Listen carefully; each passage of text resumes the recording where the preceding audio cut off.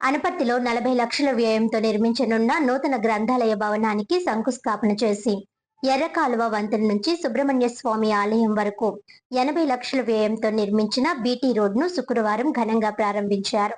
జిల్లా కలెక్టర్ కీర్తి చేకూరి, అనపర్తి ఎమ్మెల్యే నల్లిమిల్లి రామకృష్ణారెడ్డి సమక్షంలో ఈ కార్యక్రమాలు నిర్వహించబడ్డాయి. గ్రంథాలయ భవన నిర్మాణానికి రామచంద్ర పేపర్ మిల్స్ సంస్థ సిఎస్ఆర్ నిధుల క్రింద 20 లక్షల రూపాయలు అందించగా మిగిలిన నిధులను మండల పరిషత్ సమకూరుస్తోంది. ఈ సందర్భంగా కలెక్టర్ కీర్తి చేకూరి మాట్లాడుతూ, గ్రామీణ ప్రాంతాల్లో మౌలిక వసతుల అభివృద్ధికి ప్రభుత్వం ప్రాధాన్యత ఇస్తోందని అన్నారు.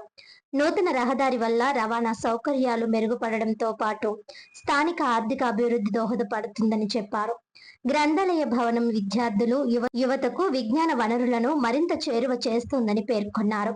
ఎమ్మెల్యే నల్లిమిల్లి రామకృష్ణారెడ్డి మాట్లాడుతూ, రహదారి నిర్మాణంతో గ్రామ ప్రజలు, సుబ్రహ్మణ్య స్వామి ఆలయానికి వచ్చే భక్తులకు ప్రయోజనం కలుగుతుందని తెలిపారు. కొత్త గ్రంథాలయం పోటీ పరీక్షలకు సిద్ధమవుతున్న యువతకు ఉపయోగకరంగా ఉంటుందని పేర్కొన్నారు. సిఎస్ఆర్ క్రింద సహకరించిన రామచంద్ర పేపర్ మిల్స్ యాజమాన్యాన్ని ఆయన అభినందించారు.